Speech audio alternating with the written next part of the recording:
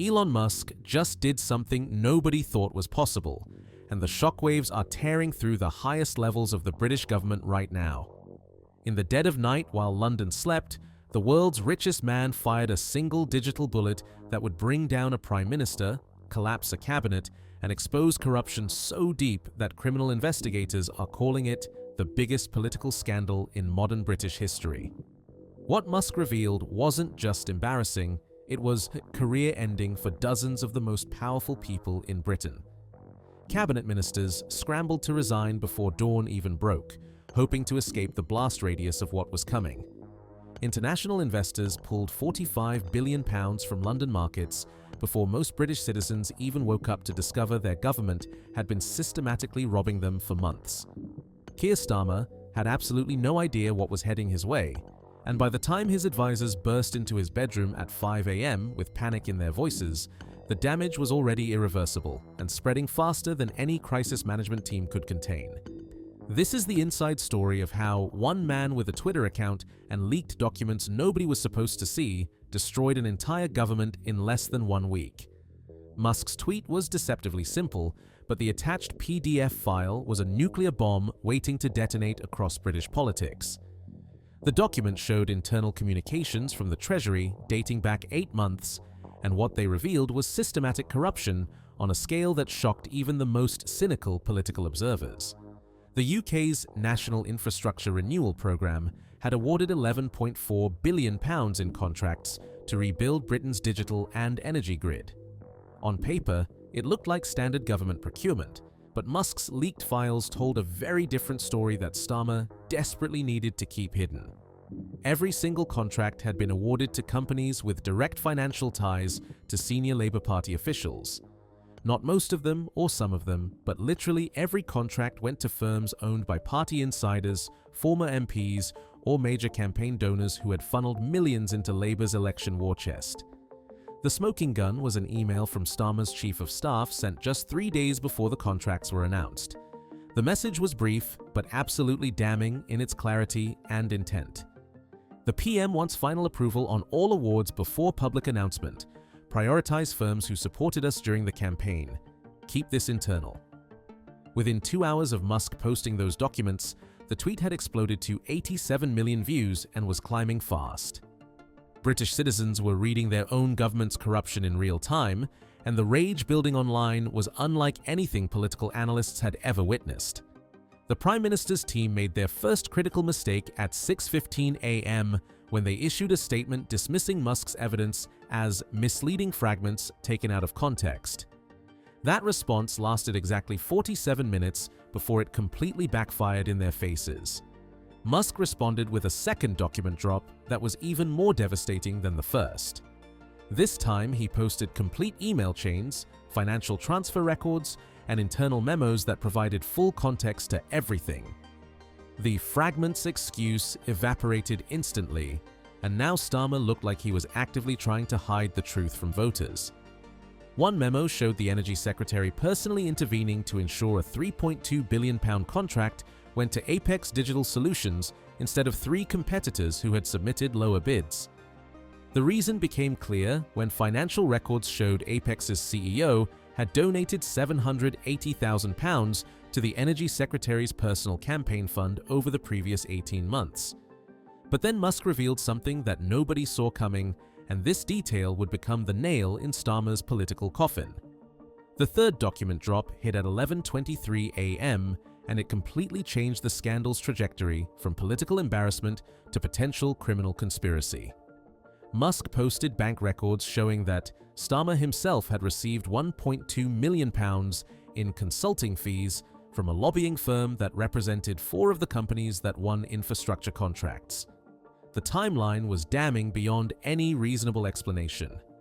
Starmer received payments in January, February, and March of 2024, and the contracts were awarded in April. The consulting work he allegedly performed. There was no documentation, no deliverables, no evidence he had done anything to earn those fees except ensure the right companies won the bids. British social media absolutely erupted with hashtags demanding Starmer's immediate arrest. Within 3 hours, over 4 million people had posted using hashtag #ArrestStarmer, and the momentum kept building with every passing minute. This wasn't just political opposition anymore, this was a population discovering their prime minister had personally profited from corruption. If you're following this story and want to stay updated as it develops, hit subscribe now, because what's coming next gets even more explosive, and we'll be covering every twist as it happens. Prime Minister's Questions that Wednesday afternoon became the most watched parliamentary session in British history, with 18 million people streaming it live. Starmer walked into the chamber knowing his career was likely over, but he had no idea how brutal the next hour would become. Conservative MP James Morrison stood first, and his opening question cut straight to the bone without any political theatre. Did the Prime Minister receive £1.2 million from companies that later received government contracts? Yes or no? Starmer tried to pivot to talking points about proper procedures and transparent governance, but Morrison wasn't having any of it. He interrupted the Prime Minister mid-sentence and asked the question again, louder this time and with obvious fury in his voice. Yes or no, Prime Minister? Did you take the money? The chamber went silent and every camera focused on Starmer's face as he visibly struggled to formulate a response. After 9 seconds of painful silence that felt like an eternity on live television, he finally admitted the payments were real but claimed they were completely separate from government decisions. That answer satisfied nobody, and what happened next stunned even the most experienced political observers in the room. 3 Labour MPs stood up and walked out of the chamber in the middle of their own Prime Minister's response, and the cameras captured every step of their dramatic exit. The Energy Secretary resigned at 4:47 p.m. with a statement that tried to distance himself from Starmer while admitting no personal wrongdoing. His resignation lasted as the top news story for exactly 31 minutes before the Chancellor of the Exchequer also quit, and his statement was far more damaging to the Prime Minister. I can no longer serve in an administration where ethical standards have been so thoroughly compromised. The British people deserve leaders they can trust with their money and their future. Then the floodgates completely burst open and resignations started pouring in faster than news organizations could report them. The Transport Secretary resigned by dinner time, followed by the Trade Minister at 8 p.m. and the Education Secretary before midnight. By Thursday morning, Starmer had lost 9 cabinet members in less than 24 hours, and the exodus showed no signs of slowing down. While Westminster descended into complete chaos, Musk wasn't finished applying pressure to the wounded government. He announced that Tesla was immediately suspending all UK operations pending a full investigation into government corruption, and that decision wiped out 6,000 jobs in a single announcement. Then he tagged 47 other major American companies in a tweet asking if they felt comfortable doing business with a provably corrupt government. Within hours, Apple announced a review of UK investments, Amazon suspended expansion plans, and Microsoft quietly started moving operations to Ireland, where political stability wasn't currently collapsing.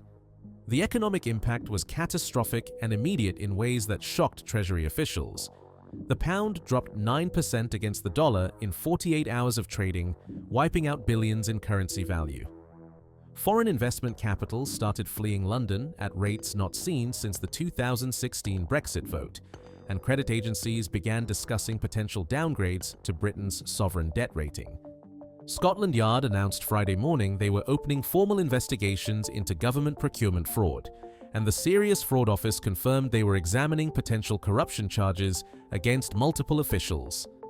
But the real bombshell came when the National Crime Agency revealed they had been quietly investigating these contracts for 6 weeks before Musk's leak.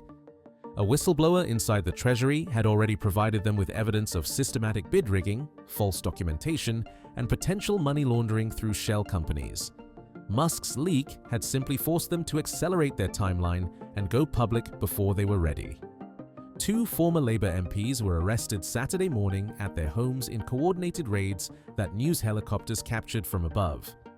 The CEO of Apex Digital Solutions was detained at Heathrow Airport trying to board a flight to Dubai, and his lawyer's panicked statement only made things worse.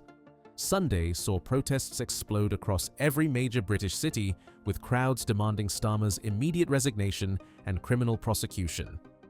Over 400,000 people marched through London alone, and the demonstrations remained largely peaceful but absolutely firm in their message. "Jail Starmer" became the chant echoing through Parliament Square as protesters surrounded Westminster. Police estimated crowds in Manchester at 80,000, Birmingham at 65,000, and Glasgow at 50,000. This wasn't partisan politics driving the protests.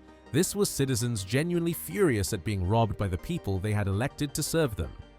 Labour MPs met in emergency session Monday morning, and the message to Starmer was unanimous: resign immediately or face a vote of no confidence that he would lose catastrophically. Party donors had already cut off all funding, unions were withdrawing support, and backbenchers were openly plotting leadership challenges.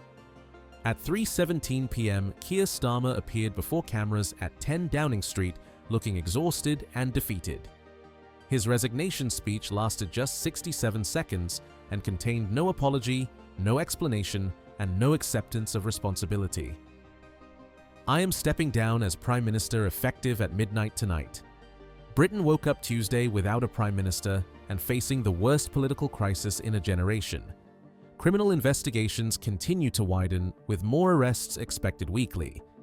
The economic damage is still being calculated, but early estimates suggest losses exceeding £200 billion.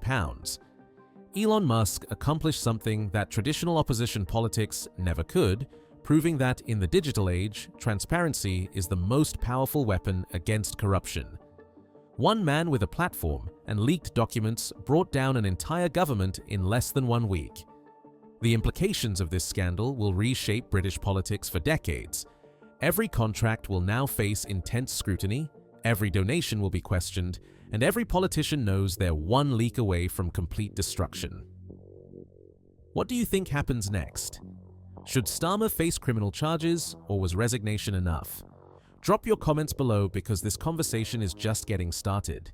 Share this with everyone who needs to understand how corruption in the digital age can no longer hide in the shadows. The truth always finds a way out.